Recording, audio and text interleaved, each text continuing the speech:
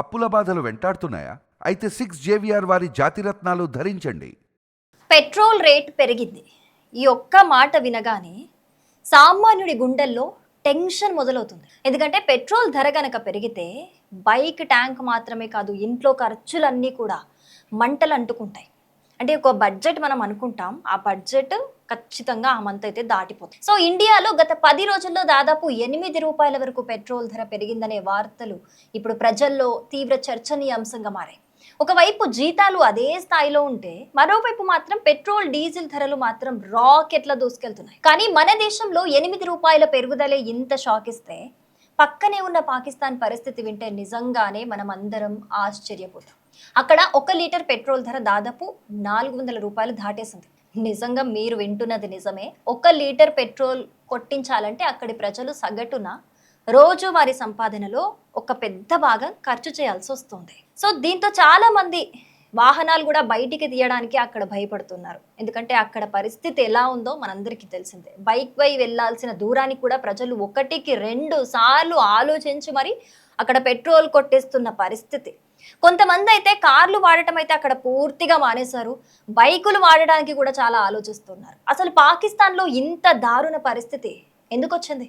ఒకసారి చూద్దాం. దానికి ప్రధాన కారణం మనం చూసుకుంటే ఆ దేశ ఆర్థిక సంక్షోభమే దీనికి ప్రధాన కారణంగా మనం చెప్పుకోవచ్చు. ఎవరిని అడిగినా కూడా ఇదే చెప్తారు.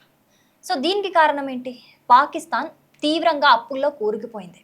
విదేశీ మారక నిల్వలు పూర్తిగా తగ్గిపోయాయి. డాలర్ విలువ పెరిగింది. దాంతో చమురు దిగుమతి ఖర్చు అనేది అమాంతంగా పెరిగిపోయింది. సో పాకిస్తాన్ చాలా సంవత్సరాలుగా కూడా ఇతర దేశాలు, వరల్డ్ బ్యాంక్ల నుంచి కూడా భారీగా అప్పులు తీసుకుంటూ వచ్చింది.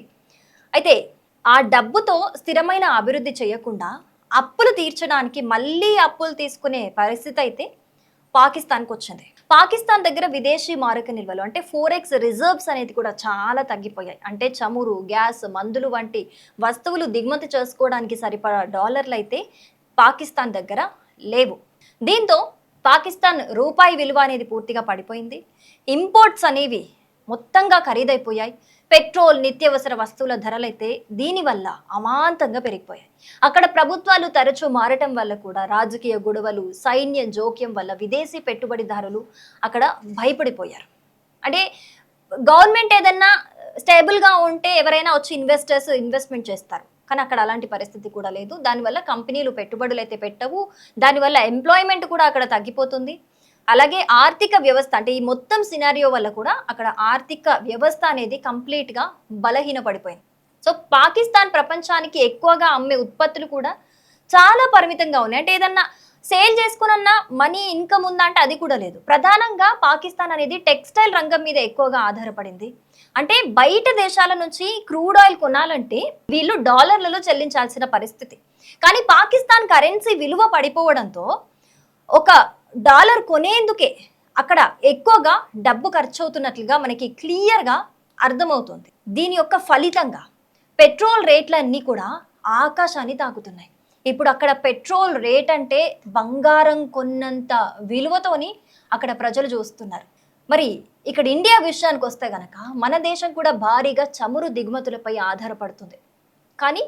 కానీ భారత్కున్న అతిపెద్ద బలం ఏమిటంటే స్థిరమైన ఆర్థిక వ్యవస్థ, బలమైన విదేశీ మారక నిల్వలు మరియు ప్రపంచ దేశాలతో మంచి వాణిజ్య సంబంధాలు. అంటే ఇంపోర్ట్ అండ్ ఎక్స్పోర్ట్ సిస్టమ్ అనేది చాలా బలంగా ఉంటుంది మన దేశానికి. అందుకే అంతర్జాతీయ మార్కెట్లో కూడా చమురు ధరలు పెరిగినా కూడా భారత్ పూర్తిగా కుప్పకూలే పరిస్థితి అయితే మనకి రావటం లేదు. మనం చాలా సేఫ్ జోన్లో ఉన్నాం. ఇదంతా మనం నిర్మించుకున్నదే. కానీ ఇదంతా దేశం పరంగా ఓకే, కానీ సామాన్యుడికి మాత్రం ఈ విషయం బాధ అనేది తగ్గించదు. ఎందుకంటే సామాన్యుడికి ఒక బడ్జెట్ ఉంటుంది. పెట్రోల్ ధరకైనా దేనికైనా పెట్రోల్ ధర గనక పెరిగితే ట్రాన్స్పోర్ట్ ఖర్చు అనేది కూడా ఖచ్చితంగా ఒక మిడిల్ క్లాస్ పీపుల్కి ఇంపాక్ట్ చూపిస్తుంది. ట్రాన్స్పోర్ట్ ఖర్చు కనుక పెరిగితే కూరగాయల నుంచి కిరాణా సామాన్ వరకు అన్ని ధరలు కూడా పెరుగుతాయి. అంటే ఒక పెట్రోల్ డీజిలే కాదు, అన్ని పెరుగుతాయి. ఇంకా పెట్రోల్ ప్రభావం కేవలం వాహనాలకే కాదు, ప్రతి ఇంటి బడ్జెట్ పై కూడా అది పడుతుంది. సో ఇక్కడ ఇంకో ముఖ్యమైన విషయం మనం చూసుకోవాల్సింది ఏంటి అని అంటే భారత్లో పెట్రోల్ ధరల్లో ఒక పెద్ద భాగం ట్యాక్స్లే. సో సెంట్రల్ ఎక్సైజ్ డ్యూటీ, అలాగే స్టేట్ వ్యాట్, ఇలా అన్ని రకాల పన్నులు కలిసి మనం బ్యాంకుల్లో ఎక్కువగా ఈ ధరలు చెల్లిస్తుంటాం కదా. అందుకే చాలా మంది ఒకే ఒక ప్రశ్న అడుగుతున్నారు. అదేంటి అని అంటే, అంతర్జాతీయ మార్కెట్లో క్రూడ్ ఆయిల్ ధర తగ్గితే మన దగ్గర పెట్రోల్ ఎందుకు అంతగా తగ్గటం లేదు అనేదే అందరి మైండ్లో ఉన్న ఒక ప్రశ్న. ఇది ఇప్పుడు సోషల్ మీడియాలో పెద్ద డిబేట్గా మారింది. అందరూ కూడా ఇదే అంశం గురించి మాట్లాడుకుంటున్నారు. ఇక మరోవైపు కొందరి మాత్రం ఇలా అంటున్నారు. ఏమంటున్నారు అని అంటే, సరే పాకిస్తాన్ పరిస్థితి కాకుండా ఉండడమే పెద్ద విషయం మనకి. మరీ పాకిస్తాన్ లాగా మన పరిస్థితి అయితే లేదు కదా. మనం చాలా సేఫ్ జోన్‌లో ఉన్నాము. మనం అన్ని విషయాల్లో కూడా ముందు జాగ్రత్తగా ఉన్నాము. మనకు అలాంటి పరిస్థితి రాదు అని అంటున్నారు. ఎందుకంటే అక్కడ ప్రజలు నిత్యావసర వస్తువుల కోసం కూడా ఏ విధంగా కష్టపడుతున్నారు, ఏ విధంగా కొట్లాడుకొని మరి కొంటున్నారనే విషయం మనకు తెలుసు. పిండి, గ్యాస్, పెట్రోల్ అన్నీ కూడా సామాన్యుడికి అక్కడ నిజంగా బంగారం కంటే విలువైపోయాయి. కానీ చివరికి ఏ దేశమైనా కూడా భారం మాత్రం సామాన్యుడి పైనే పడుతుంది. అటు పాకిస్తాన్ అయినా కావచ్చు, ఇటు ఇండియా అయినా కావచ్చు, పెట్రోల్ ధర పెరిగితే మాత్రం అది కేవలం ఒక సంఖ్య కాదు. ఇప్పుడు రూ. 109 నుంచి రూ. 117 వరకు పెట్రోల్ ధర పెరిగింది అని అంటే అది కేవలం ఒక సామాన్యుడికి నంబర్ మాత్రమే కాదు. వాళ్ళ మంత్లీ ఉండే సేవింగ్స్ పైన ఇంపాక్ట్ పడుతుంది. వాళ్ళ మంత్లీ ఖర్చుల మీద ఇంపాక్ట్ పడుతుంది. వాళ్ళ కంప్లీట్ ఒక బడ్జెట్ పైన అంటే మిడిల్ క్లాస్ పీపుల్ ఏవైతే సేవింగ్ కోసం పెట్టుకుంటారో, వాళ్ళు ఫ్యూచర్ కోసం కొన్ని కలలు కంటారో, సో దాని మీద కూడా ఇంపాక్ట్ పడుతుంది కదా. ఇప్పుడు మంత్లీ ఇంత సేవ్ చేసుకోవాలి అనుకుంటారు. పెట్రోల్ ధరలు పెరిగినా, లేకపోతే ఈ నిత్యావసర వస్తువుల ధరలు పెరిగినా అవన్నీ కూడా ఆ ఖర్చు మీద ఇంపాక్ట్ చూపిస్తాయి. ఆ ఖర్చు మీద, శాలరీ ఖర్చు మీద ఇంపాక్ట్ చూపించేసరికి వాళ్ళు సేవింగ్ చేసుకునే అమౌంట్ కూడా కొంత తగ్గుతుంది. ఆ కొంత ఎవ్రీ మంత్ తగ్గి అది పెద్ద మొత్తంలో వాళ్ళకి లాసే కదా.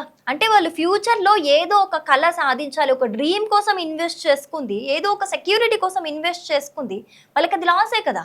సో అదొక సామాన్యుడికి చిన్న విషయం అస్సలు కాదు. పెట్రోల్ ధర పెరగడం అనేది సామాన్యుడికి అస్సలు చిన్న విషయం కాదు. సరే, ఇప్పుడు పాకిస్తాన్ పరిస్థితి తినడానికే దినదిన గండంగా ఉండొచ్చు.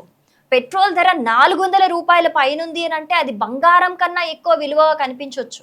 కానీ ఇక్కడ మన దేశంలో జస్ట్ ఒక 10 రోజుల్లోనే రూ. 8 పెరగడం అనేది కూడా ఇక్కడి సామాన్యుడికి కూడా అది బాధ కలిగించే విషయమే.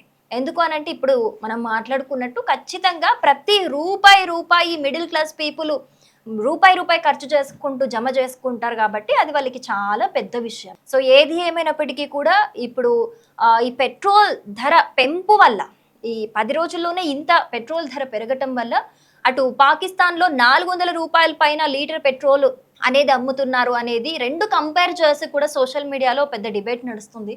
సో దీని మీద మీ ఒపీనియన్ ఏంటి అనేది తప్పకుండా కమెంట్ చేయండి.